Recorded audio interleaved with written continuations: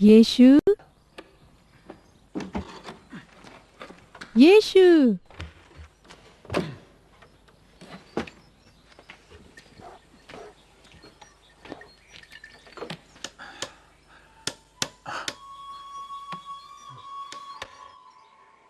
भूखे हो? हाँ, मुझे भूख लगी है।